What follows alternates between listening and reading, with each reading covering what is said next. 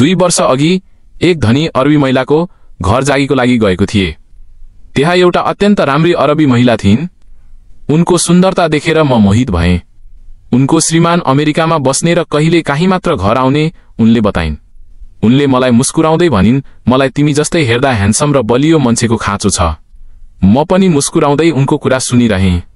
भित्र सोफामा बस्न लगाउँदै उनले फेरि भनिन्, मलाई तिमी घरको काममा मात्र नभई मेरो व्यक्तिगत कामको लागि पनि राख्नेछु। तिमीलाई तिम्रो बेसिक स्यालेरी भन्दा दोब्बर दिन्छु, मंजूर छ? उनले सोधिन्। मैले पनि पैसा पाउने र उनको साथमा रमाउन पाउने आशाले हुन्छ भने।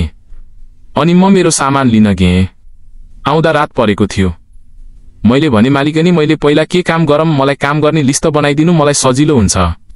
उनले मलाई आफ्नो कोठातिर इशारा गर्दै भनिन्, मेरो कोठामा सेतो टेबल छ, त्यो माथि एउटा पाना छ, त्यसमा तिमीले गर्नुपर्ने सबै काम लेखिदिएकी छु। म बिस्तारै उनको कोठातिर लागे। जब कोठामा गए त्यहाँ कुनै पाना देखिन। सायद एसीले गर्दा पाना खस्यो कि भनेर म खोज्न लागे। त्यति बेला अरबी मालिकनी आएर ढोका लगाउनु भयो। पहिलो पटक विदेश आएको र पहिलो काममा नै यो सब देख्दा मलाई खुसी र दुःख दुवै लागेको थियो। मैले भने, मालिकनी मैले कुनै पाना देखिन।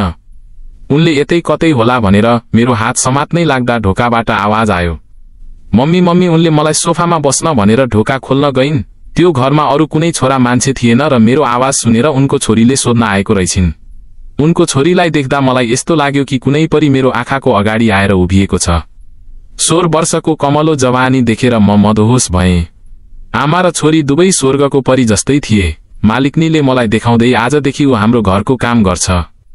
तिमीलाई केही काम पर्यो भनी उसलाई भन है भन्दै छोरीलाई भनिन्। उनको छोरीले मलाई हेर्दै हुन्छ भनेर आफ्नो कोठातिर गइन्। रात धेरै भएकोले मालिकनीले भन्नुभयो, तिमी आज धेरै थाक्यौ होला, आज आराम गर, भोलिदेखि काम गर्नु। उनले मलाई म बस्ने कोठामा लगेर गइन्। कोठा देख्दा म अचम्म परे। मैले आजसम्म त्यति राम्रो र ठूलो कोठा देखेको थिइनँ, केवल फिल्ममा मात्र देखेको थिएँ। आज आफै त्यस्तो महलमा बस्दा मलाई सपना जस्तै लागेको थियो। मालिकनीले भन्नुभयो, म बिहानै अफिस जानुपर्छ, तिमीले मायराको ख्याल राख्नु, म बेलुका आउँछु। मैले हुन्छ भने। र मालिकनीले मुस्कुराउँदै एकछिन मलाई हेर्नुभयो र ढोकाबाट लगाइदिनुभयो। म बिस्तरामा पल्टिएर निदाउन खोजे, तर मलाई मालिकनी र उनको छोरीको सुन्दरताले मन चञ्चल बनाएको थियो। मैले आजको रात त हो, भोलिदेखि तडपिनु पर्दैन भनेर मन बुझाएँ। मायराको कोमल जवानीले मलाई यसरी तानेको थियो कि मैले म कहाँ छु, कसको ठाउँमा छु पनि बिर्सिएँ। यस्तैमा कति बेला निदाएछु थाहा नै भएन। बिहान उठ्दा मालिकनी अफिस गइसक्नु भएको रहेछ। मायरा अझै आफ्नो कोठामा सुतिरहेकी थिइन्। मैले उनलाई ढोकाबाट हेरिरहेँ। उनले छोटो नाइट ड्रेस लगाएर सुतेको थिइन्। उनको शरीरलाई देखेर मलाई मेरो मन थाम्न गाह्रो भयो। एक मनले सोचे जामकी, फेरि अर्को मनले सोचे यस्तो गर्नु हुँदैन। बलबल मन बुझाएर नास्ता बनाउन लागे। मैले सबै काम सकेर नास्ता दुन उनको रुममा गएँ। मायराले मेकअप गर्दै रहेछिन्, त्यसै त परी जस्ती त्यही माथि मेकअप। मैले नास्ता राख्दिएर बाहिर आएँ। मायराले मलाई बोलाइन्, प्रदीप। मेरो नाम प्रदीप थियो, तर आज मैले मेरो नाम उनको मुखबाट गतल सुन्दा पनि खुसी लागेको थियो। मैले हजुर भन्दै उनको रुममा गएँ। उनले टाउकोदेखि खुट्टासम्म ढाक्ने कपडा लगाएकी थिइन्। उनले मलाई भनिन, तिमीलाई मार्केट कहाँ छ थाहा छ? मैले भने, नाइ मालिकनी, थाहा छैन। मेरो कुरा सुनेर उनी हाँस्न थालिन् र भनिन्, म मम्मा होइन, मालिकनी भन्नलाई मलाई मायरा भन अबदेखि भनिन्। मैले पनि हस भन्दै टाउको हल्लाएँ। उनले फेरि मलाई हेर्दै भनिन्, तिमी कति वर्षको भयो? मैले भने 24। उनले भनिन, जम्मा 8 वर्ष ठूलो त रहेछौ है।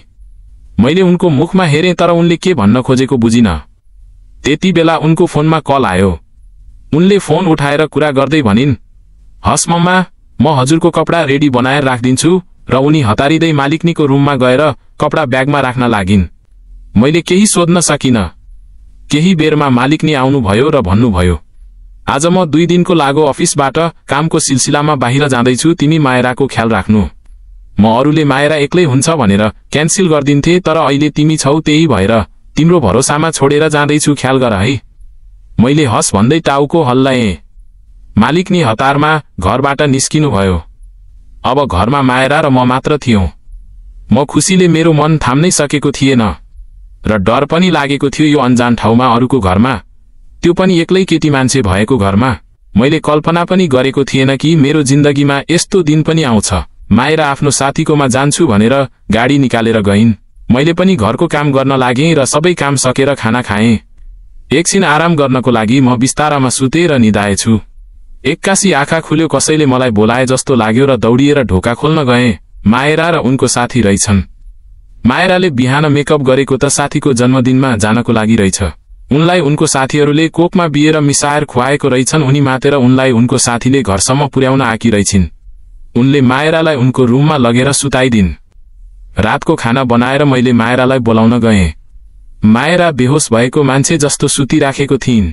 मैले बिस्तारै हातले उनको हातमा छोपेर हल्लाए। उनले बिस्तारै आँखा खोलिन र भनिन्, प्रदीप कति बज्यो? अनि मैले घडी हेरेर भने 7 बज्यो मायरा।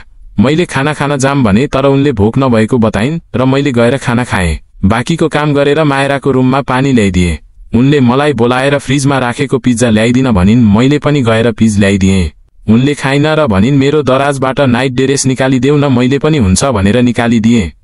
साथीहरू, यो मेरो जिन्दगीमा घटेको एकदम रमाइलो र एकदम दर्दनाक घटना हो, जसको कारणले मैले पैसा त धेरै कमाएँ। तर यदि तपाईलाई पछि के भयो भनेर जान्न मन छ भने कमेन्टमा पार्ट 2 लेख्नु र मेरो च्यानललाई सब्स्क्राइब गरेर जानुपछि मैले पार्ट 2 अपलोड गरे भने तपाईले सजिलै हेर्न र सुन्न सक्नुहुन्छ।